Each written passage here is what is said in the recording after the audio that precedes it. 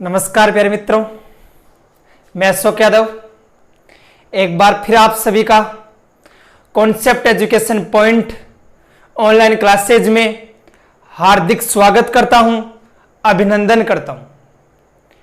प्यारे मित्रों, जैसा कि अपन लोगों ने कल डिस्कस किया था कि भाई अपन क्लास 10th मैथ का एक ऐसा सीरीज, ऐसी श्रृंखला पढ़ने वाले हैं जिसमें आप लोगों को आने वाली 30 तारीख को जब आपके एग्जाम हो उसमें बहुत ही बेनिफिट मिले, फायदा मिले।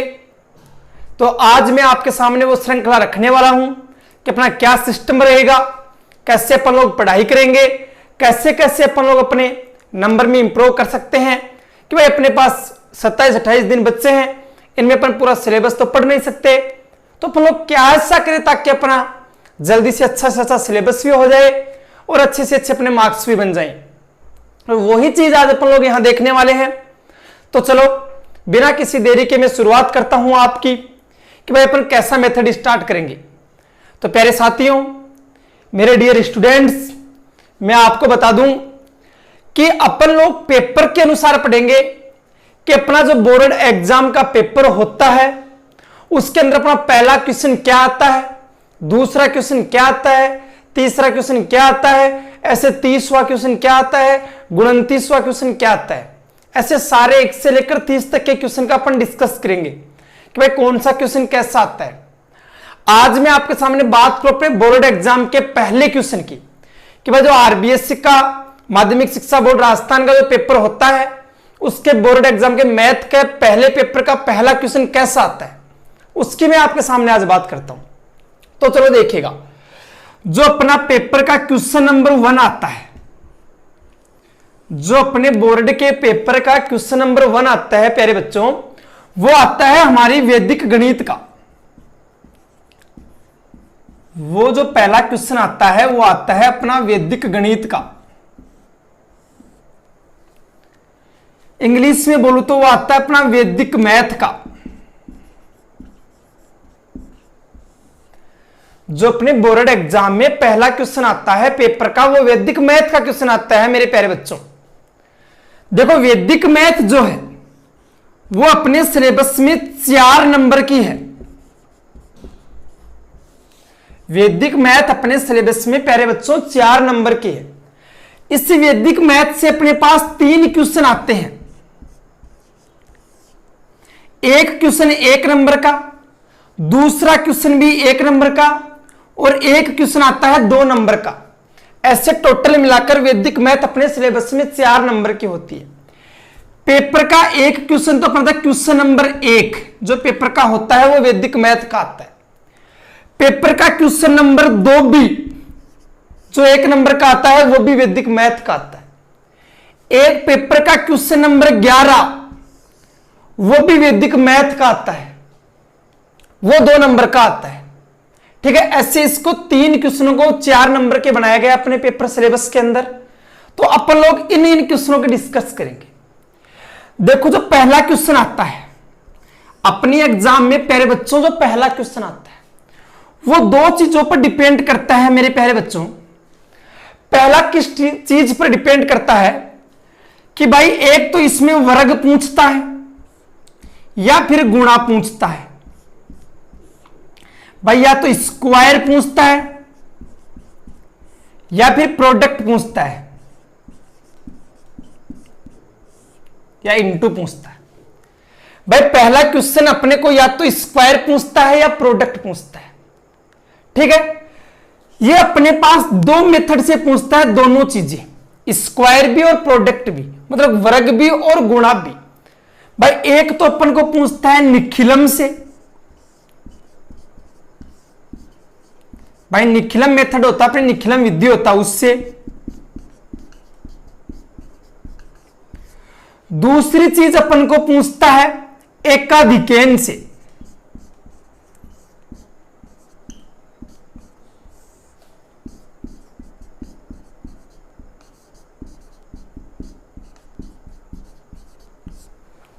या तो अपने को एकाधिकेन से पूछता है ये अपने को निखिलम से पूछता है। क्या पूछता है? या तो वर्ग या गुणा, मतलब या तो स्क्वायर या प्रोडक्ट। ठीक है, ये अपन को पूछता है, अपना तो बोर्ड एग्जाम का पहला क्वेश्चन होता है भाई। इनसे बाहर क्वेश्चन नहीं पूछता भाई, या तो वर्ग पूछेगा या गुणा पूछेगा दो ही चीजों से, या तो निखिलम से एकाधिकेन से। तो मैं आपको निखिलम और एकाधिकेन दोनों से गुणा और वर्ग मतलब स्क्वायर और प्रोडक्ट दोनों करना सिखा देता हूं भाई। आप लोग ये अगर इन दोनों फॉर्मूलों से, इन दोनों जो अपनी मेथड है, इन दोनों से सीख लेते हो तो आपका पहला क्वेश्चन बोर्ड एग्जाम के पेपर में आएगा, वो गलत नहीं होगा, आप आसानी से कर दोगे। ठीक है जी, तो चलो अपन सीधे अपने क्वेश्चंस के अनुसार बात करते हैं कि कैसे कैसे क्या क्या क्वेश्चन बनता है। तो देखिएगा, ध्यान से समझिएगा, इन सब चीजों को मैं मिटा देता हूं।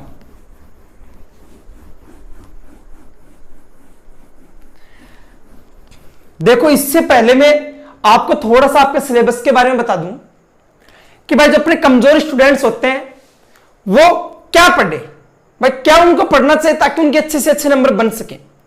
देखो प्यारे बच्चों, एक तो अपनी जो वैदिक मैथ है, वैदिक जो अपनी मैथ है वो अपने 4 नंबर की आती है और बिल्कुल इजी है, आप 4 नंबर आसानी से ला सकते हो। दूसरी चीज मैं उनको बोलूं, जो अपने रोड सेफ्टी चलती है भाई, रोड सेफ्टी चलती वो भी अपने 4 नंबर की आती है, आप 4 नंबर आसानी से ला सकते हो।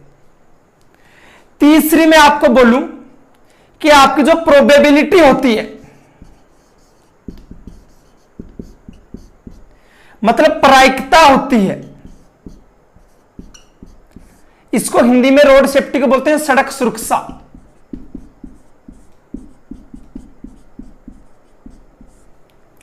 प्रायिकता भी अपने सिलेबस में 4 नंबर की है। देखो 4 4 8 और 4 12 नंबर, भाई बिल्कुल इजी वे में है, हर स्टूडेंट्स ला सकता है, किसी को कोई प्रॉब्लम नहीं आती इन 12 नंबर लाने में। अब मैं थोड़ी सी और बात करूं, देखो एक अपने जो आता है ग्राफ, जो अपना चैप्टर नंबर 4 है उससे ग्राफ आता है, वो अपने पेपर में 6 नंबर का आता है, 6 मार्क्स का आता है, वो आप सब लोग ला सकते हो। तो 12 इधर हो गए, 6 इधर हो गए, कितने हो गए टोटल अंक अपने? 18 नंबर आप आसानी से ला सकते हो और पास हो सकते हो। भाई जो कमजोर स्टूडेंट है उनके लिए पास का जुगाड़ है, 18 मार्क्स आसानी से आ सकते हैं उनके। ठीक है जी, इसके अलावा और नंबर बढ़ाना चाहिए तो आपका जो लोकस है, मतलब चैप्टर नंबर 10 है बिंदु पथ, उससे 1 नंबर का एक क्वेश्चन आता है, और भी आते हैं लेकिन 1 नंबर का एक क्वेश्चन आता है, उसमें सिर्फ अपन को पूछता है इसका बिंदु पथ बताइए या लोकस बताइए। भाई 3 बिंदुओं का पूछ रहे हैं, 2 बिंदुओं का पूछ रहे हैं, 1 बिंदु का, 1 रेखा का, 2 रेखा का, 3 रेखा का, घड़ी के पेंडुलम का, ऐसे अपन को कुछ भी पूछ सकता है। तो वो लोकस फाइंड करवाता है 1 नंबर में, अपन को बिंदु पथ ज्ञात करवाता है, वो आप सब लोग ला सकते हो। बिल्कुल 5 7 10 क्वेश्चन बनते हैं, वो मैं आपको करवा दूंगा, इजी वे में आप लोग कर सकते हो। नंबर हो गए 19। एक अपना जो चैप्टर नंबर 11 है, जो अपना चैप्टर नंबर 11 है सिमिलरिटी या जो आपकी समरूपता, उससे बाकी 6 नंबर वाला तो आप नहीं कर सकते, अभी जो कमजोर बच्चे उनकी बात कर रहा हूं, लेकिन उससे 1 नंबर का एक क्वेश्चन आता है, जो लगभग मिसलिनियस के 1 से 14 तक के जो इजी क्वेश्चन दे रखे हैं उनमें से आता है, वो आप आसानी से कर सकते हो। मतलब 19 और 1 20 नंबर बन गई। ऐसे अगर आप लोग आगे बढ़ाना चाहो तो अपना जो चैप्टर नंबर 2 है रियल नंबर या वास्तविक संख्याएं, उससे अपने 3 नंबर का क्वेश्चन आता है। क्वेश्चन सिर्फ 2 बनते हैं, एक तो HCF फाइंड करवाता है, मतलब महत्व समापत्ति, जो अपने यूक्लिड विभाजन एल्गोरिथम प्रमेय है, यूक्लिड डिवीजन लेमा है, उससे फाइंड करवाता है, या फिर आपको अपरिमेय संख्या सिद्ध करवाता है कि भाई अपरिमेय संख्या सिद्ध करो, इरेशनल नंबर प्रूव करो, यह क्वेश्चन करता है। तो 3 नंबर ये भी बहुत आसान है, तो 20 में 3 जोड़े 23 हो गए अपने। भाई इतनी इजी वे में आप लोग कर सकते हो। इसके अलावा जो अपना ट्रिगोनोमेट्री का पोर्शन है, जो अपनी त्रिकोणमिति का पोर्शन है, 6वीं 7वीं और 8वीं 3 प्रश्नवाली अपने पास है, उनके अंदर जो है आप 6वीं प्रश्नवाली के अंदर अगर आप टेबल याद कर लेते हो, त्रिकोणमिति की सारणी याद कर लेते हो, तो आप लोग 1 नंबर का क्वेश्चन सही कर सकते हो। वहां से बाई चांस 1 नंबर का क्वेश्चन आ सकता है। अगर आप लोग 7वीं प्रश्नवाली में प्रवेश करते हो, टॉपिक नंबर 7, चैप्टर नंबर 7 में अगर आप लोग जाते हो, तो वहां से अपने पास क्या आता है प्यारे बच्चों, एक 6 नंबर का क्वेश्चन आता है, बड़ा क्वेश्चन आता है। तो आप 7.2 चाहे भले मत पढ़ो, सिर्फ 7.1 अगर आप लोग पढ़ लेते हो और 7.1 के एग्जाम्पल पढ़ लेते हो, तो आपका 6 नंबर का क्वेश्चन सही हो सकता है वहां से। ऐसे अपनी जो 8वीं प्रश्नवाली है, जो हाइट एंड डिस्टेंस, ऊंचाई और दूरी वाली है, उससे मार्क्स 3 नंबर का एक क्वेश्चन आता है प्यारे बच्चों। 3 नंबर का एक क्वेश्चन, सिर्फ आपको चित्र बनाने आने चाहिए। चित्र कैसे बनता है, चित्र बनाना आ गया, क्वेश्चन अपने आप सीख जाओगे, तो वो भी आप लोग आसानी से कर सकते हो। ज्योमेट्री को, ज्यामिति के पोर्शन को आप लोग छोड़ सकते हो। जो 90+ वाले बच्चे हैं वो आराम से करो ज्योमेट्री। जिनको इतने दिन में भाई ज्योमेट्री के चक्कर में जो कमजोर बच्चे हैं वो और टॉपिक और भूल जाएंगे, तो जो अपने 10, 11, 12, 13, वो जो 12 तक जो टॉपिक अपने वो आप छोड़ सकते हो। जैसे मैं आगे बढ़ू थोड़ा, तो आप लोगों का जो आगे जो 2 टॉपिक चलते हैं आपके बिल्कुल सूत्र पर डिपेंड, तो आप लोग उन टॉपिक से जो 15 और 16 का आपका टॉपिक है, उनसे आप लोग, अगर आप लोगों को सूत्र याद है, उन 2 टॉपिक से अपने पास 4 क्वेश्चन आते हैं। जो अपना 15 और 16वां टॉपिक है, उससे अपने पास 4 क्वेश्चन आते हैं। 4 क्वेश्चन में से 2 क्वेश्चन फॉर्मूले पर डिपेंड करते हैं, सूत्र पर डिपेंड करते हैं। अगर आप लोग सूत्र तैयार रखते हो तो 2 क्वेश्चन आपके वहां से भी सही हो सकते हैं। तो ये तो बात बिल्कुल समझ में आ गई कि मैथ में नंबर लाना कोई हार्ड नहीं है। नॉर्मली क्वेश्चन, अगर आप नॉर्मली क्वेश्चन तैयार कर लेते हो तो आसानी से आप 70 नंबर तक पहुंच सकते हो। तो आप लोग पहले ज्योमेट्री के पोर्शन पर ध्यान देकर पहले इन पोर्शन पर ध्यान दो। जो इंटेलिजेंट बच्चे हैं वो अपनी ज्योमेट्री का पोर्शन भी तैयार करो। हाँ, मैं करवाऊंगा आपको, हाँ वो कोई प्रॉब्लम नहीं है। ठीक है जी, मैं तो 30 के 30 क्वेश्चन करवाऊंगा। ठीक है, तो चलो अब अपने जो पहला क्वेश्चन है बोर्ड का, उस पर बात करते हैं कि एग्जाम के अंदर पहला क्वेश्चन क्या आता है। मैं सीधा अपने पहले क्वेश्चन पर चलता हूं।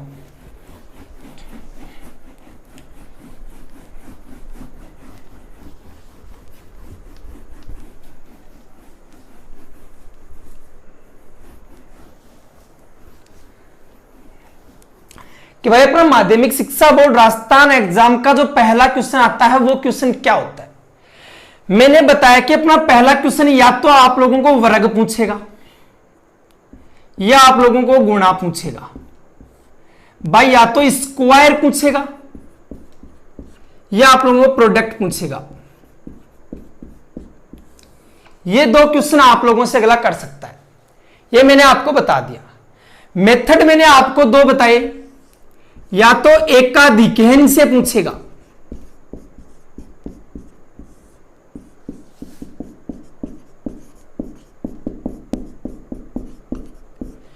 या अपना निखिलम से पूछेगा। यहां लिख देता हूं दूसरा।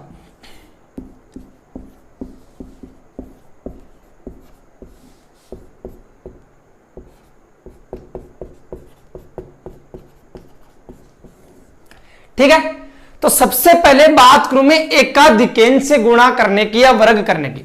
चलो पहले एकाधिकरण से आपको वर्ग बताता हूं, स्क्वायर बताता हूं कि भाई एकाधिकरण से आपको कैसे स्क्वायर या वर्ग अगला पूछ सकता है। तो प्यारे बच्चों बिल्कुल ध्यान से समझिएगा, धीरे धीरे समझाऊंगा आराम से, बिल्कुल इजी है। देखो भाई, अगर एकाधिकरण से आपको स्क्वायर या वर्ग पूछता है, एकाधिकरण से आपको स्क्वायर वर्ग पूछता है, तो उसकी एक शर्त होती है, उसकी एक कंडीशन होती है। क्या शर्त या कंडीशन होती है कि जो उसका जो भी आपको पूछे उसका अंतिम अंक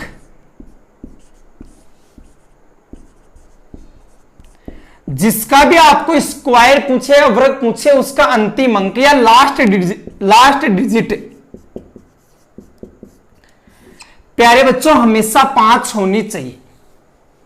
भाई लास्ट डिजिट या अंतिम अंक उसका 5 होना चाहिए, या अंतिम दोनों अंकों का योग 10 होना चाहिए।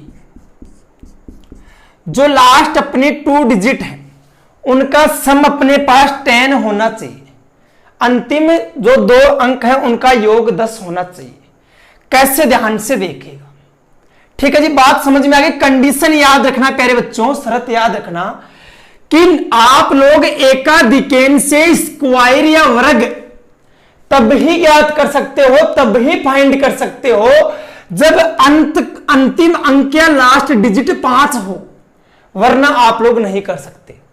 तो एक चीज तो दिमाग में यही बैठा लो कि अगर एकाधिकेन से वर्ग अगला पूछेगा, एकाधिकेन से स्क्वायर फाइंड करवाएगा, तो 100% लास्ट अंक या जो आपके अंतिम डिजिट है, लास्ट डिजिट है, वो हमेशा कितनी आएगी? 5 आएगी। बोला हाँ सर, इतनी बात समझ में आ गई। जैसा कि अपन लोग एग्जाम्पल के तौर पर लेते हैं, यह बात समझ में सबको आ गई होगी। देखो तो एकाधिकेन से वर्ग या स्क्वायर याद करते हैं। जैसे मान लो आपको बोल दिया गया कि 25 का स्क्वायर ज्ञात करो, 25 का स्क्वायर फाइंड करो एकाधिकेन से। भाई एकाधिकेन से 25 का वर्ग ज्ञात करो। तो प्यारे मित्रों देखते ही मालूम चल गया कि हाँ अंतिम डिजिट या लास्ट जो डिजिट आपका अंतिम अंक है वो 5 है। बिल्कुल प्यारे मित्रों है। इतनी बात सबको समझ में आ गई होगी। बोला हाँ सर आ गई। तो एकाधिकेन से करते समय अब योग 10 कैसे, सम 10 कैसे हुई बता दो। देखो जैसे आपने 25 को उठाया तो 5 और 5 का योग कितना हो रहा है? 10 हो रहा है। तो यहां सम 10 हो रहा है ना, तो योग 10 होना चाहिए या फिर अंतिम अंक 5 होना चाहिए। ठीक है, तब ही एकाधिकेन से वर्ग या स्क्वायर फाइंड कर सकोगे। 25 का स्क्वायर पूछ लिया। एकाधिकेन मतलब एक अधिक, जो पहला अंक उठाना आपको, फर्स्ट जो डिजिट है वो उठानी है, कितनी है? 2, पहला अंक, उससे एक अधिक, एकाधिकेन मतलब एक अधिक से उसको गुणा कर दो, इंटू कर दो, कर दिया। आगे वाला ऐसा का ऐसा, जो 5 का स्क्वायर है वो ऐसा का ऐसा, 3 को 2 से गुणा किया 6, 5 का स्क्वायर कितना होता है? 25, तो कितना आ गया? 625। ये आपका क्या हो गया? आंसर। जी बिल्कुल 1 नंबर का क्वेश्चन आता है और इतना इजी आता है। सीधी सी बात है, एकाधिकेन से करते समय पहली कंडीशन तो अपनी क्या होगी मेरे प्यारे बच्चों कि भाई अंतिम अंक 5 आना चाहिए। 5 अगर अंक आता है एकाधिकेन से करते हैं तो मैं एक अधिक, पहले का एक अधिक मतलब 2 को 3 से गुणा कर दो, जो अंत वाला है वो ऐसा का ऐसा। 5 का स्क्वायर 25, 3 दूनी 6, 625 आपका आंसर। बोला बच्चों अगर मान लो आपको 35 का स्क्वायर पूछ ले कि भाई 35 का स्क्वायर बताओ, अंतिम अंक 5 आ रहा है। बोला हाँ सर आ रहा है। तो एक अधिक मतलब 3 से एक अधिक कितना होगा? 4। एकाधिकेन का मतलब ये हो गया। और आगे ऐसा कैसा कर दो, 5 का स्क्वायर, 4 को 3 से इंटू किया, कितना आया? 12, और इधर 5 का स्क्वायर कितना हो गया? 25। तो आपका आंसर कितना हो गया? 1225। तो आप लोगों को एकाधिकेन से ये ऐसे स्क्वायर पूछता है। चलो और स्क्वायर की मैं आपके सामने बात करता हूं।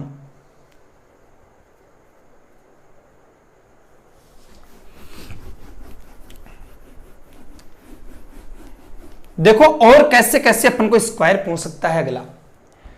जैसे मान लो आपको पूछ लिया अगले ने कि 125 का स्क्वायर ज्ञात करो।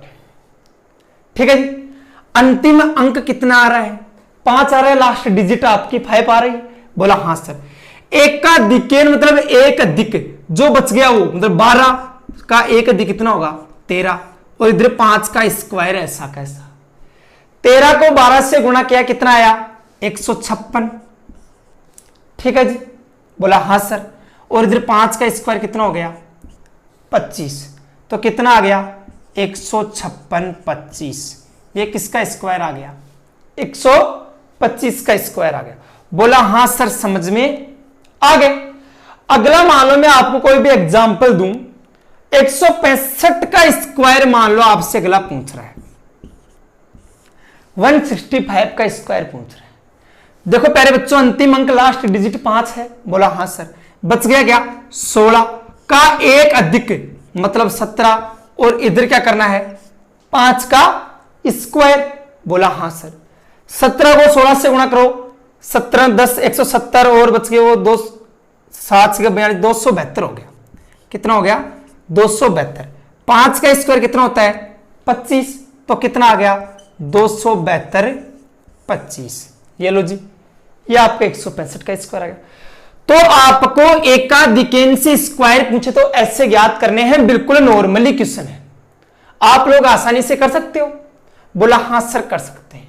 बस मेरे प्यारे बच्चों बात एक ध्यान में रखनी है कि अंतिम अंक या लास्ट डिजिट 5 आना चाहिए। ये कंडीशन एकाधिकेंश स्क्वायर फाइंड करने की या वर्ग ज्ञात करने की होती है बच्चों।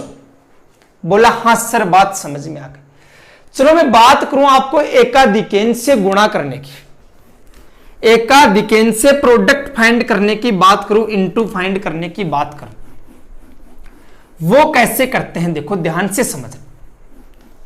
बिल्कुल इजी वे मेथड में आपको मैं बता देता हूं भाई। बात है अपनी एकाधिकेंश से,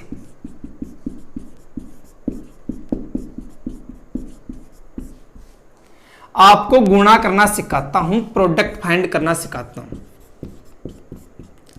प्यारे बच्चों ये कैसे होता है देखो, एकाधिकेंश से प्रोडक्ट या अगर गुणा करो, प्यारे बच्चों एक कंडीशन हमेशा याद रखना। अपनी कंडीशन या शर्त क्या है देखो, अपनी शर्त या कंडीशन ये है कि लास्ट के जो इसमें अंक हो भाई, इसमें 2 टाइप के अंक आपको मिलेंगे, या तो दशमलव के बाद वाले या दशमलव के पहले वाले, या भिन्न में मिलेंगे। भाई 35 सही 3/7 वाला हो गया, ऐसे मिल जाएंगे कुछ। तो जो अंतिम अंक जैसे 3/7 या दशमलव के बाद वाले अंक, उनका योग, उनका सम हमेशा क्या होना चाहिए, या तो अपने पास उनका सम कितना होना चाहिए 1 होना चाहिए, या कितना होना चाहिए 10 होना चाहिए, या कितना होना चाहिए 100 होना चाहिए। ऐसे आगे मतलब 1000 ऐसे चलना चाहिए, इससे पीछे नहीं चलना चाहिए। वैसे नहीं कि 5 हो गया 10 के अलावा मतलब 12 हो गया 15 हो गया, वो नहीं चलेगा प्यारे बच्चों। भाई जो उनके अंतिम अंक हो उनका योग या सम ऐसे होना चाहिए। बात करूं इनके जो फर्स्ट नंबर है अपने, मतलब इनमें जो पहली संख्याएं आएंगी अपनी, पहली अंक या पहला अंक आएगा आपका, फर्स्ट डिजिट आएगी, प्यारे मित्रों वो गुणा के अंदर इंटू के अंदर दोनों साइड सेम होनी चाहिए, दोनों साइड सेम होनी चाहिए। ये भी कंडीशन है इसकी। भाई गुणा में जो अंक आएगा वो दोनों साइड सेम होना चाहिए, पहली बात तो पहला अंक तो, और जो आगे अंक आए उनका योग 1 10 100 ऐसे अपने पास होना चाहिए। बोला सर हमें ये शरत और आपकी दोनों चीज ऐसे समझ में नहीं आया, क्वेश्चन से बताओ। तो देखो क्वेश्चन से अपन इन चीजों को देखते हैं, ध्यान से समझना मेरे प्यारे बच्चों क्या चीज है अपनी।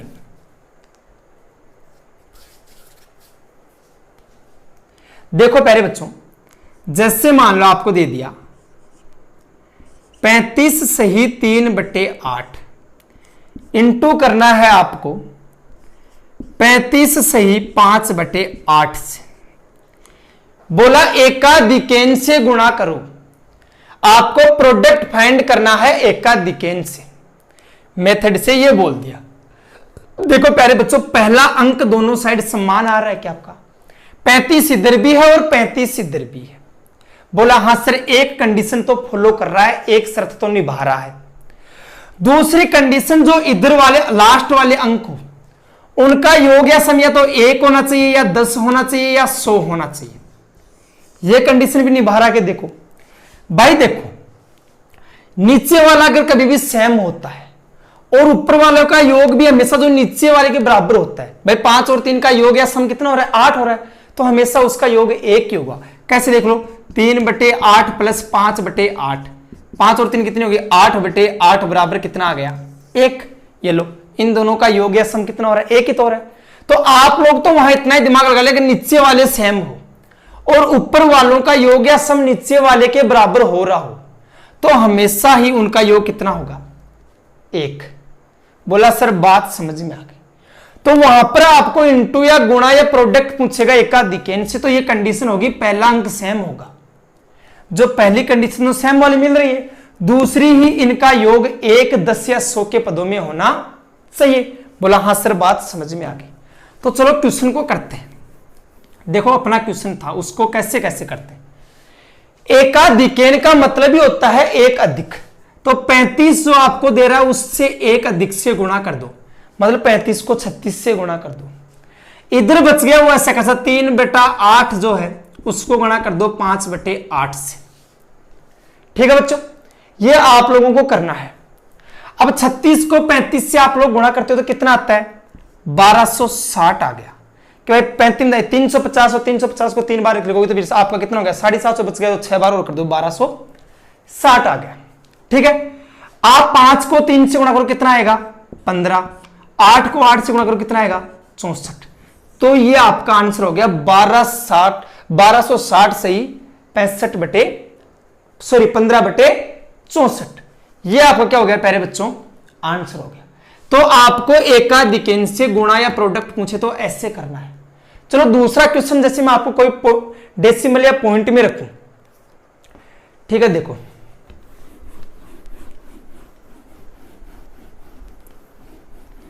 मान लो प्यारे बच्चों आपको क्वेश्चन दे दिया, मान लो कुछ भी ले लो, 7.03 इंटू 7.97 ये दे दिया मान लो। देखो बच्चों पहला अंक समान आ रहा है क्या, बोला हाँ सर। दूसरे का योग या तो 1 होना चाहिए या 10 होना चाहिए या 100 होना चाहिए, यही तो होना चाहिए, बोला हाँ सर। देखो 0 3 के अंदर 97 जोड़ेंगे कितना आएगा 100 आएगा ना, तो पॉइंट 100 आ रहा है न कि 100 आ रहा है, कितना आ रहा है पॉइंट के बाद में 100 आ रहा है, बच्चे इधर पॉइंट लगा हुआ है। तो 0 3 97 में जोड़ा तो पॉइंट 100 आ रहा है, पॉइंट चाहे 100 हो चाहे 1000 हो, उसका मतलब हमेशा कितना होता है 1 होता है। तो अपने पास लास्ट वाले नंबरों का योग 1 आ रहा है ना, सम 1 आ रहा है ना, बोला हाँ सर। पहला अंक समान आ रहा है ना, हाँ, तो आप एकाधिकेन से गुणा कर सकते हो।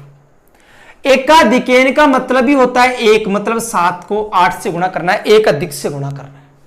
बच गया उसको ऐसा कैसा, जो 0.3 है आपका पॉइंट के बाद उसको 0.97 से इंटू करना है। ठीक है, 8 को 7 से गुणा किया अपने पास 56 आया। अब 0.3 को आपको 97 से इंटू करना है। देखो 7 21 का 1 बच गया 2, 9 30 27 और 2 29, जो 0 है ऐसा कैसा कितना आया 0.0291, कितना आया 0.0291। यहां भी 4 अंक है, यहां भी 4 अंक, कोई इफेक्ट नहीं पड़ना। कितना आया 56.0291। ये लो प्यारे बच्चों, ये आपका अगर डेसिमल में या पॉइंट में दशमलव में देता है तो आप लोग ऐसे कर देना एकाधिकेन से गुणा। बोला सर वाह, मजा आ गया, दोनों चीज समझ में आ गई। अब देखो मान लो एकाधिकेन से आपको और कैसा गुणा दे सकता है भाई, कैसा भी दे सकता है, अगला इजी वे में भी दे सकता है आपको। जैसे मान लो आपको दे दिया कि आपको करना है, कुछ भी ले लो, 72 को 78 से गुणा करना है। कंडीशन नंबर फर्स्ट, शर्त नंबर पहली, दोनों सेम है क्या 7 और 7, बोला हाँ सर। 8 और 2 का योग कितना हो रहा है, बोला सर 10। मैंने बोला था या तो योग 1 होना चाहिए या 10 या 100, 10 हो रहा है ना, बोला हाँ सर। देखो 7 को किससे गुणा करोगे 8 से, क्यों भाई 7 का 1 अधिक कितना होता है 8, बच गया उसको ऐसा कैसा गुणा 2 गुणा 8। ठीक है जी भाई, 2 और 8 बच गया, उसको ऐसा कैसे ले लो। 8 को 7 से गुणा गया 56 और 8 दूनी 16, कितना आ गया 56 16। ये लो जी, ये आपका तीसरा क्वेश्चन हो गया। तो आपको ऐसे भी पूछ सकता है, बोला सर इतनी चीज समझ में आ गई, और क्या पूछ सकता है सर वो भी बता दो। चलो भाई और क्या पूछ सकता है वो भी बता देता हूं। देखो अगर आप लोग, चलो अगले क्वेश्चन में बता देता हूं वो बात आपको, क्या बात है ध्यान से समझिएगा। मान लो आपको चौथा क्वेश्चन दे दिया कि आपको 91 को 99 से गुणा करना है, 91 को 99 से इंटू करना है। प्यारे बच्चों ध्यान से, पहला अंक सेम आ रहा है क्या, बोला हाँ सर आ रहा है। दूसरे अंकों का योग 10 हो रहा है ना, 9 और 1 10, बोला हाँ सर हो रहा है। कंडीशन फॉलो करिए, तो 9 को गुणा करना है 1 अधिक मतलब 10 से, अंत में वाले 1 गुणा 9, ऐसा कैसा। 10 को 9 से गुणा किया कितना है 90, और यहां पर कितना है आपका 9, 9 को 1 से गुणा किया 9। अगर यहां पर 2 अंक हैं तो यहां भी 2 आने चाहिए, यह चीज ध्यान रखना। तो आपको फिर 0 लगाना है भाई, यहां 2 अंक और यहां 1 आ रहा तो आपको 0 लगाना है, यहां भी 2 ही आने चाहिए प्यारे बच्चों, ठीक है। तो कितना आ गया 90 0 9, इस चीज को याद रखना, ठीक है बच्चों। भाई ऐसे मत करते कि आप 999 करके आ जाओ वहां, नहीं बच्चों 0 लगाना है। जब 2 अंक हो तो 2 ही आपको यहां लेना है। बोला हाँ सर बात समझ में आ गई, ठीक है जी, बोला हाँ सर कर देंगे आराम से। अब देखो ये क्वेश्चन भी आप लोग कर दोगे, आप इंटू करके देख लेना वैसे साइड में, तो आपको मालूम चल जाएगा कि आंसर क्या होगा। बोला हाँ सर। अगला क्वेश्चन मान लो आपको दे दिया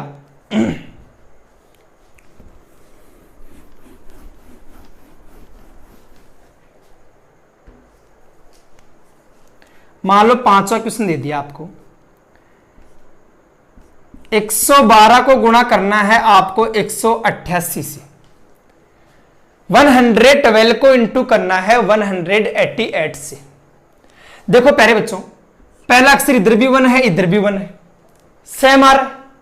दूसरे दो अंक बच गए। अब देखो पहला एक ही सेम है, अब यहां 1 है तो यहां 8 है, तो सेम तो पहला ही है, वो ले लिया। बच गई उनका योग, देखो 12 में 88 जोड़ो कितना आएगा 100 आएगा ना, ठीक है। दोनों अंकों का योग कितना हो रहा है 100 हो रहा है ना, तो कोई प्रॉब्लम तो है ही नहीं भाई। एक ऐसा कैसा, इसका 1 अधिक मतलब इसको गुणा करना है 2 से। बोला हाँ सर। बच गए कितने इधर तो 12 और इधर कितना बच गया 88, ठीक है। बोला हाँ सर। 1 को 2 से गुणा किया कितना आया 2। बोला हाँ सर। 12 को 88 से गुणा करो कितना आएगा 1056। बोला हाँ सर। देखो यहां 4 नंबर है, यहां भी 4 आ रहे हैं ना। बोला हाँ सर। तो लिख दो ऐसा कैसा 21056, ये आपका क्या हो गया आंसर। 21056 आपका क्या हो गया आंसर। तो ऐसे में आप योग में दिमाग कहां लगाओगे कि भाई पहला अंक सेम आ रहा है, बच गए उनका योग कितना हो रहा है वो देखना है। कभी 10 के चक्कर में मत पड़ जाना, योग 100 भी हो सकता है, सम आपका 100 भी हो सकता है। बोला हाँ सर, ये भी समझ में आ गया। अगला आपको थोड़ा सा कंफ्यूज वाला क्वेश्चन तो देखो भाई, अपने को अगला क्वेश्चन क्या पूछ सकता है ज्यादा से ज्यादा। देखो मान लो प्यारे बच्चों, आपको करा लिया इंटू 102 को गुणा करो 108 से, पूछ लिया। अब देखो, अब ये मत लगा देना दिमाग की 1 और 1 सेम है, लगा दोगे तो भी कोई फर्क नहीं पड़ता। देख लो 2 और 8 का योग कितना हो रहा है 10 हो रहा है। तो अब लगा दो 10 इधर भी है और 10 इधर भी है, मतलब 10 दोनों साइड सेम है आपका, तो लिख दो 10 का 1 अधिक मतलब 11, 10 गुणा 11। बच गया कितना, इधर तो 2 बच गया और इधर 8, 2 और 8 का योग या सम कितना हो रहा है 10 हो रहा है ना। बोला हाँ सर हो रहा है। तो कर दो 2 गुणा 8, इसको इधर कर दो, 11 को 10 से गुणा किया आ गया 110 और इधर 8 दूनी 16 आ गया। तो कितना आंसर आ गया 110 से 16। ये लो प्यारे बच्चों, ऐसे कर सकते हो आप लोग। तो ये आप लोगों को एकाधिकेन से गुणा करना और वर्ग करना, एकाधिकेन से प्रोडक्ट और स्क्वायर फाइंड करना बिल्कुल आसान से आ गया, बिल्कुल इजी वे में धीरे धीरे मैंने समझाया। आप लोगों को अगर समझ में नहीं आता फिर भी एक बार वीडियो को फ्यूज करके दोबारा देखो, पीछे जाके दोबारा देखो पूरी वीडियो को, ताकि आपको आसानी से समझ में आ जाएगा। ठीक है जी। अब मैं चलो अपने निखिलम मेथड पर। निखिलम सूत्र से आपको वर्ग ज्ञात करना या गुणा करना सिखाता हूं। ठीक है बच्चों, देखो अपन निखिलम से कैसे फाइंड करते हैं, इसमें क्या क्या कंडीशन होती है, क्या क्या कंडीशन नहीं होती है, एक एक चीज की जानकारी अपन लोग आसानी से देख लेते हैं कि भाई क्या क्या होती है। देखो ध्यान से समझना, निखिलम से आप लोग अगर इंटू करोगे या गुणा करोगे या वर्ग ज्ञात करोगे, जो भी करोगे, मान लो बोला सर हम पहले इस निखिलम से वर्ग ज्ञात करेंगे, स्क्वायर ज्ञात करेंगे। देखो बच्चों, अगर निखिलम से स्क्वायर या वर्ग ज्ञात करते हो तो एक फॉर्मूला आपको याद रखना है, फॉर्मूला क्या होता है? उपाधार इंटू संख्या प्लस विचलन इंटू विचलन का स्क्वायर। ठीक है बच्चों, क्या होता है? उपाधार इंटू संख्या प्लस विचलन इंटू विचलन का स्क्वायर। इंग्लिश से बोलूं तो सब बेस इंटू में क्या है? नंबर प्लस डेविएशन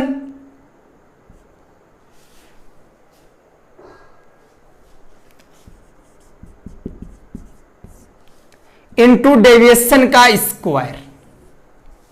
ठीक है जी। पहली बात, अगर निखिलम से आप लोग को वर्ग करना है, स्क्वायर करना है या गुणा करना है, दोनों के लिए बच्चों क्या होगा? उपाधार इंटू संख्या प्लस विचलन इंटू विचलन का स्क्वायर, मतलब सब base into number plus deviation और आगे डेविएशन का स्क्वायर। पहली चीज तो ये आपको फॉर्मूला याद होना चाहिए। दूसरी चीज, आप लोग अगर इसमें जो आधार मानो या आपका जो बेस मानो, प्यारे बच्चों जो आधार या बेस मानो, आपको इसमें आधार या बेस मानना पड़ता, बताऊंगा कैसे। वो हमेशा या तो 10 मानो या 100 मानो या 1000 मानो। ऐसे मत मानो नहीं 50 मान लिया, 40 मान लिया, 30 मान लिया, ऐसे नहीं। या तो 10 के रूप में मानो या 100 में या 1000 में, ऐसे मानो। तो कंडीशन दो, एक तो फॉर्मूला याद होना चाहिए, एक जो बेस या आधार हो इन पदों में होना चाहिए, 10, 100 या 1000। प्यारे बच्चों बात समझ में आ गई होगी? बोला हाँ सर।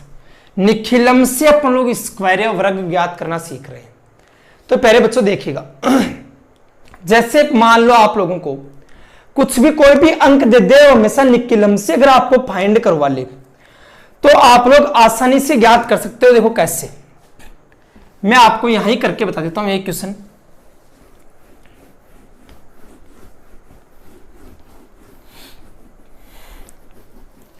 जैसे मान लो आपको पूछ लिया अगले ने कि भाई 54 का स्क्वायर ज्ञात करो, 54 का वर्ग ज्ञात करो। तो ध्यान से समझना, सबसे पहले मैंने बोला था कि आपको आधार मानना है, बेस मानना है। कितना मानोगे भाई? अगर 90 तक की संख्याएं हो तो आपको बेस 10 ही मानना है, 100 के आसपास हो तो बेस 100 मानना है, 1000 के आसपास हो तो बेस 1000 मानना है। ये 54 में अपन को आधार या बेस कितना मानना है? 10 मानना। 100 से नीचे लगभग जो 90 से नीचे हो उनमें सब में आप 10 मान लेना, कभी भी आधार या बेस। अब देखो, एक मानना पड़ता है फिर आपको उपाधार, इंग्लिश में बोलूं तो सब बेस। ये आपको कैसा माना? देखो भाई 10 को मैं कितने से इंटू करूं, गुणा करूं, ताकि ये 54 के आसपास चला जाए। आपने बोला सर 5 से कर लो, 50 हो जाएगा। 10 को 5 से गुणा किया कितना हुआ? 50 हुआ ना। तो उपाधार ऐसा मानना है कि मैं आधार को किससे इंटू करूं ताकि लगभग इस संख्या या नंबर के अड़ोस पड़ोस में चला जाए। ठीक है बच्चों, तो आपने इसको 5 मान लिया, उपाधार को 50 आ गया। अब आपका डेविएशन या विचलन कैसे ज्ञात करते हैं? देखो आपका डेविएशन या विचलन क्या होता है? देखो जो संख्या दे रखी हो, नंबर दे रखा हो, 54 दे रखा आपको, इसमें से आपको माइनस करना है जो यहां आता हो गुणा। आधार और उपाधार, बेस और सब बेस का इंटू आधार और उपाधार का गुणा आता है, उसमें से उसको माइनस करना है संख्या में से, नंबर में से। भाई 54 को माइनस करना है 50 में से, तो कितना बचा बच्चों? 4 बचा। ठीक है, ये आपका हो गया डेविएशन या विचलन। अब आधार भी आ गया, उपाधार भी आ गया, विचलन भी आ गया। संख्या दे रखी अपन को, चाहिए क्या सूत्र में? ये चीजें चाहिए। सूत्र क्या होता है? उपाधार मतलब सब बेस इंटू में संख्या प्लस में विचलन इंटू में विचलन का स्क्वायर। बाई सब base into number plus deviation, आगे डेविएशन का स्क्वायर रख दो यहां। देखो पहला क्या है? उपाधार कितना है बच्चों? 5, तो लिख दो 5। ठीक है, संख्या 5, संख्या कितनी है? 54, लिख दो 54 प्लस विचलन, विचलन कितना है 4, लिख दो 4। आगे है ये ऐसे तीर का निशान लगा लिखना है विचलन का स्क्वायर, मतलब 4 का स्क्वायर, कि विचलन 4 ही तो कर दो 4 का स्क्वायर, कर दिया।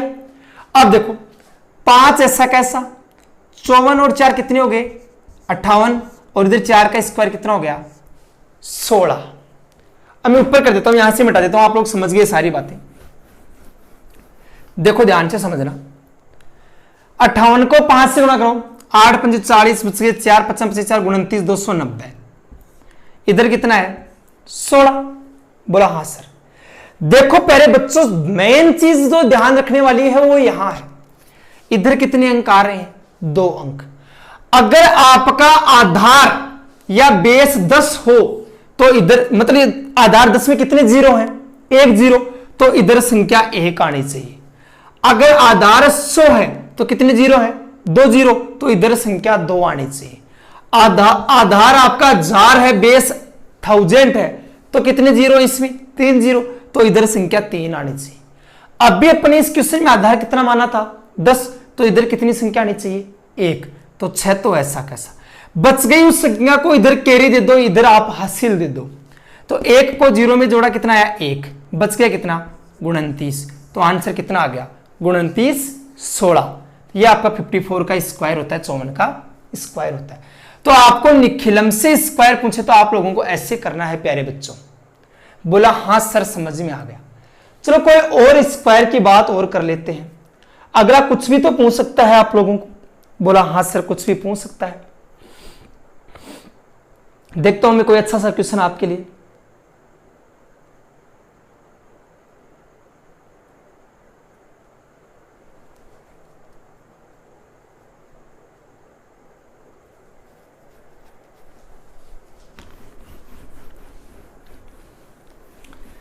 देखो मान लो आपको एग्जाम में अगले ने दे दिया कि सर जी आप लोग 497 का स्क्वायर ज्ञात करें और वो भी निखिलम मेथड से। सबसे पहली बात आप लिखोगे आधार मतलब बेस कितना मानोगे प्यारे बच्चों 100। भाई लगभग जो आपके 800 900 तक जाता है तब तक आपको 100 मानना है। दूसरा मानोगे आप उपाधार सब बेस कितना मानोगे प्यारे बच्चों। भाई ये 497 के आसपास ले जाने के लिए 100 को मैं कितने से गुणा करूं। बोला सिर्फ 5 से कर लो 500 चला जाएगा। ये 497 के आसपास है। फाइंड करना अपन को डेविएशन या विचलन। क्या होता है संख्या जो दे रखी है उसमें से इसको माइनस करते। 497 में से 500 माइनस किया कितना आया माइनस का 3 आ गया। तो ये आपका क्या हो गया डेविएशन या विचलन। फॉर्मूला होता है उसमें मान रखने। फॉर्मूले में सबसे पहले क्या आता है उपाधार, तो लिख दो उपाधार कितना है 5 ऐसा कैसा। फिर क्या आता है गुणा में संख्या, संख्या कितनी है 497 प्लस क्या आता है विचलन, विचलन कितना है माइनस का 3, तो प्लस माइनस क्या हो जाएगा माइनस, तो लिख दो -3 इंटू विचलन का स्क्वायर आता है डेस लगे तो -3 का स्क्वायर। फॉर्मूला ये तो होता है अपना। क्या होता है प्यारे बच्चों फॉर्मूला दोबारा देख लो आप यहां पर देख लो। भाई उपाधार इंटू में नंबर या संख्या प्लस आपका विचलन या डेविएशन इंटू डेविएशन का स्क्वायर। यही तो होता है विचलन का स्क्वायर।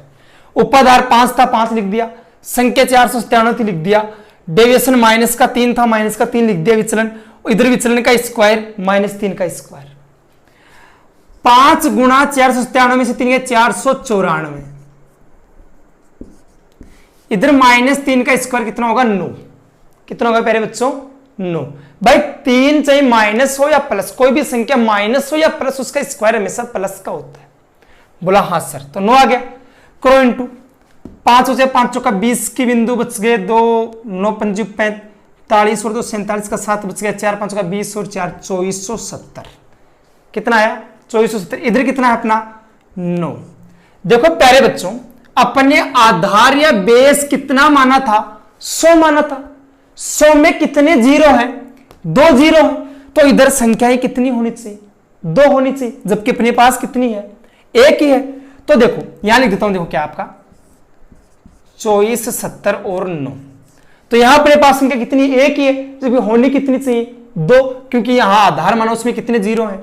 दो जीरो है, तो यहां भी एक जीरो और लगा दो। अब संख्या अपने पास कितनी होगी? दो। तो इसका आंसर कितना आ गया?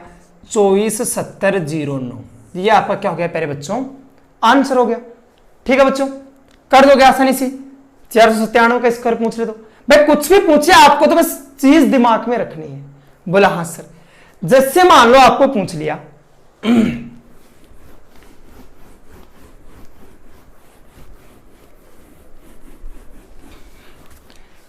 आपको मान लो अगले ने बोल दिया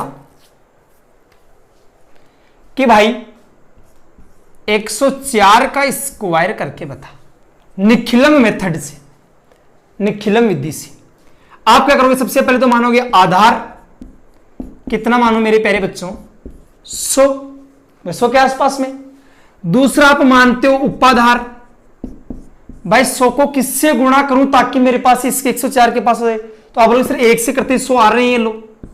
तो ऐसी स्थिति में जो 100 के आसपास में हो या 10 के आसपास में हो या 1000 के बिल्कुल आसपास में हो, उसमें आपको उपाधार मानने की जरूरत नहीं होती है, मतलब सब बेस मानने की कोई जरूरत नहीं होती है।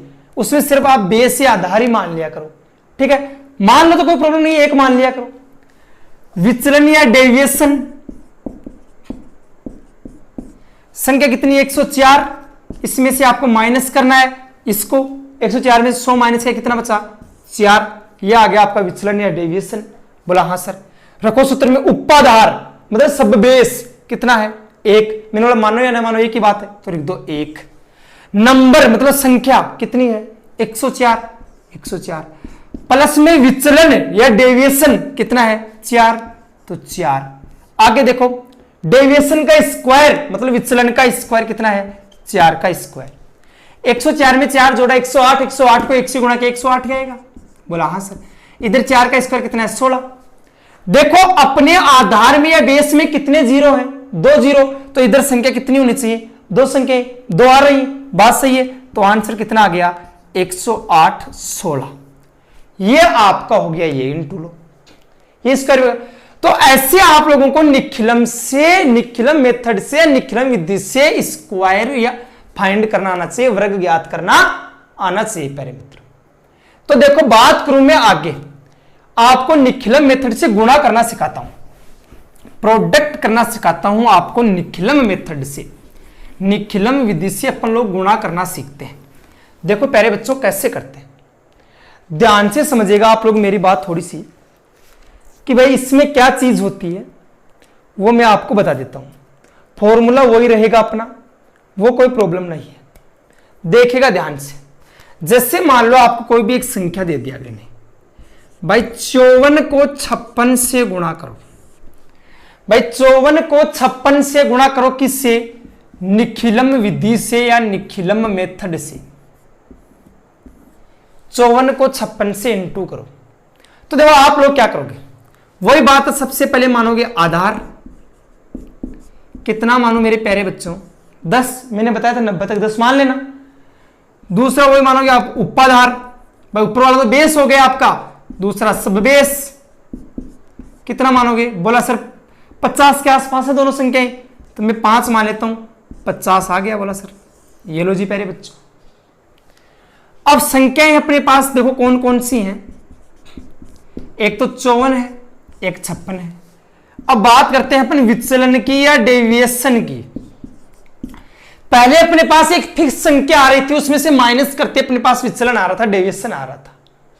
इस बार दो संख्याएं तो दोनों को माइनस करेंगे। देखो ये देखो 54 50 से कितना ज्यादा है? बोला सर 4 ज्यादा है, तो इसका विचलन तो कितना आ गया? प्लस का 4। 56 50 से कितना ज्यादा है? बोला सर 6 ज्यादा है, तो इसका विचलन कितना आ गया? प्लस का 6। भाई 54 में से 50 गया तो 4 बच गया, विचलन हो गया। 56 में से 6 गया तो 56 में से 50 गया तो कितना बचा? 6 बचा। ये इसका विचलन या डेविएशन हो गया। बोला हाँ सर आगे बात समझ, इतनी बात समझ में आ गई। ये लो बच्चों, फॉर्मूला क्या होता है इधर लिख देता हूं, उपाधार मतलब सब बेस इंटू नंबर मतलब संख्या प्लस डेविएशन इंटू डेविएशन का स्क्वायर। भाई उपाधार इंटू संख्या प्लस विचलन इंटू विचलन का स्क्वायर। देखो ध्यान से समझिएगा बच्चों, उपाधार कितना है, बोला सर 5 है, ऐसा का ऐसा। नंबर या संख्या पहले 1 आ रही थी, इस बार बच्चों थोड़ा सा चेंज कर दिया। कितनी है मेरे प्यारे बच्चों संख्या? 2 है, एक तो 54 और एक 56। ठीक है, तो देखो आप संख्या कैसे मानोगे? आप लोग इसकी जगह टोटल की जगह मतलब संख्या प्लस विचलन, या तो फिर ये रख दो इसकी जगह, या फिर ये रख दो।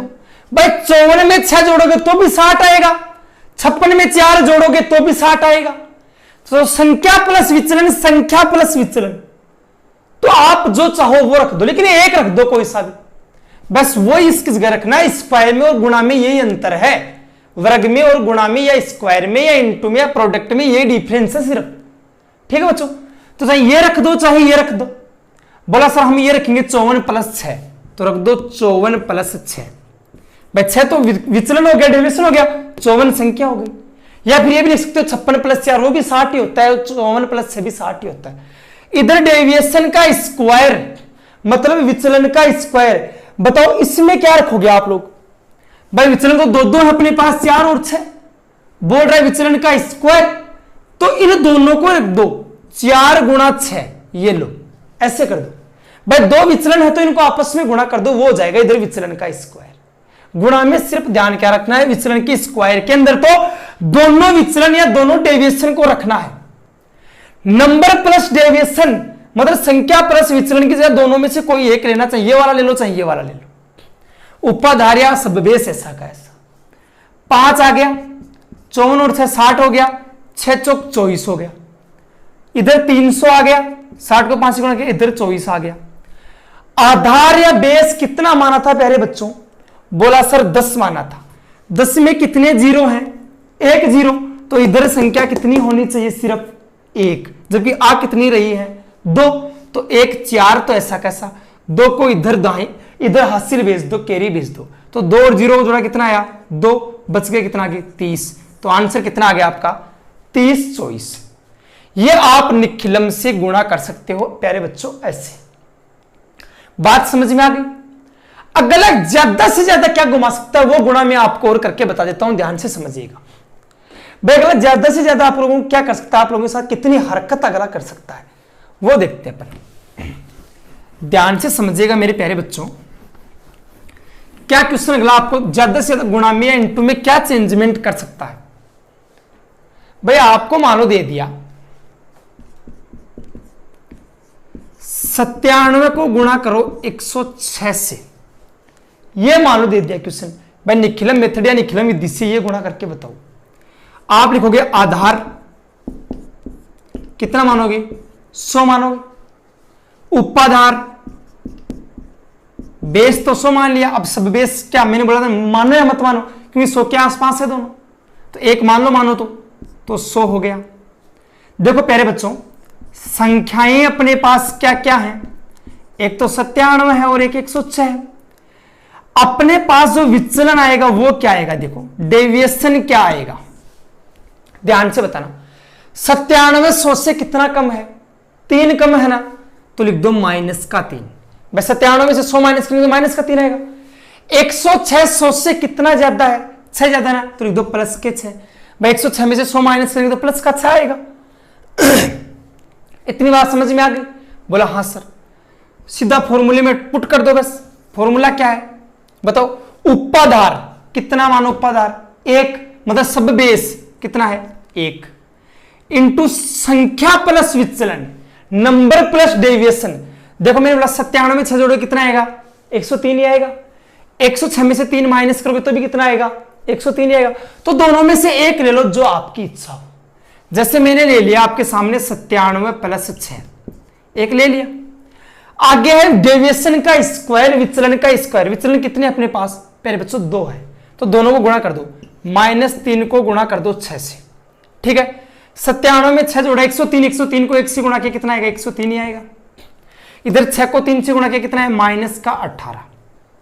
ध्यान देने योग्य बात यहां है, अगर ये माइनस का जाए प्यारे बच्चों, अगर ये माइनस का जाए तो इधर से एक आपको इधर भेजना है और इसको प्लस का बनाना है, ठीक है। तो इधर 103 में से एक माइनस कर दो भाई, इधर का एक इधर भेजना है ना, तो 103 में से एक माइनस कर दो।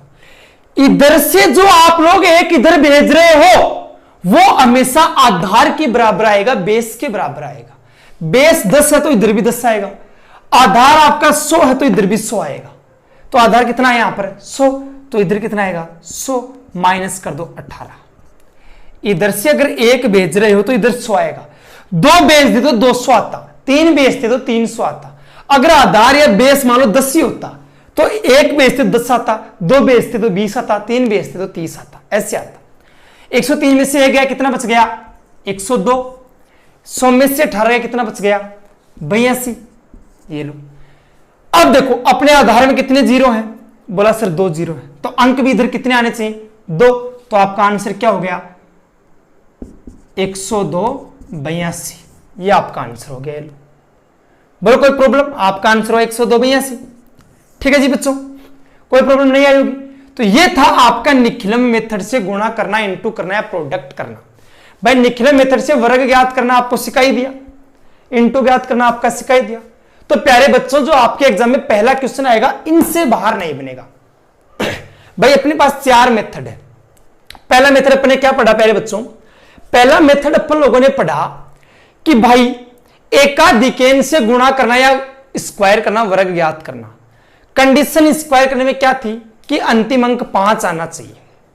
गुणा करने में क्या थी, पहला अंक समान और अंतिम अंक का योग 1, 10 और 100 के पदों में आना चाहिए। कर लिया था, बोला हाँ सर कर लिया था। निखिलम से जैसे अपन लोगों ने स्क्वायर करना सीखा, उसमें सूत्र याद होना चाहिए और आधार हमेशा 10, 100 और 1000 के पदों में होना चाहिए। सब जो आपका बेस है वो 10, 100 और 1000 की टर्म में होना चाहिए, ठीक है जी। इसके अलावा गुणा करना सीख लिया, ऐसे ऐसे अपन लोग गुणा कर सकते हैं। तो इन्हीं 4 मेथड पर अपना पहला क्वेश्चन आता है एग्जाम, बोर्ड एग्जाम पेपर, माध्यमिक शिक्षा बोर्ड आरबीएससी के पेपर में। तो आप लोग पहला क्वेश्चन मेरे अंदाजे से गलत नहीं करोगे, 1 नंबर का क्वेश्चन आप सब लोग सही कर दोगे। ऐसे ही मैं आपको 30 तक के क्वेश्चन कराऊंगा। अब कल अपन डिस्कस करेंगे 30वें क्वेश्चन की। भाई 1 नंबर का क्वेश्चन कर लिया आज, कल 6 नंबर के क्वेश्चन की बात करेंगे। तो 30 का क्वेश्चन आपका 6 नंबर का आता है वो कैसा आता है, फिर वापस 1 नंबर के क्वेश्चन की बात, फिर वापस 6 नंबर के क्वेश्चन की बात, ऐसे अपन 30 के 30 क्वेश्चन सोल्व करेंगे। तो प्यारे बच्चों आज का सेशन आपको बहुत अच्छा लगा होगा। मैंने आप लोगों से पहले एक गुजारिश की थी कि अगर आप लोगों को यहां सेशन अच्छा लग रहा है, मैं आपको इन 27-28 दिन में बहुत अच्छा मैटर दूंगा, बहुत अच्छे से अच्छा आप लोगों को बहुत बेनिफिट दूंगा। बट साथ आपका चाहिए, और साथ में क्या चाहिए, आप अपने ज्यादा से ज्यादा दोस्तों में इस लेक्चर को, अपने लेक्चर को क्या करोगे प्यारे बच्चों, शेयर करोगे। और अगर वीडियो अच्छा लगता है तो लाइक भी करिएगा और अपने चैनल को सब्सक्राइब भी करिएगा। तो प्यारे बच्चों आप लोग ऐसे हंसते रहो, मुस्कुराते रहो, अपने घर पर रहो, स्वस्थ रहो और अपनी पढ़ाई को निरंतर बनाए रखो। मेरे साथ जुड़िए, आप लोगों को ऐसा कोई तूफान नहीं होगा जो रोकेगा। तो जय हिंद दोस्तों, आज के लिए इतना ही काफी।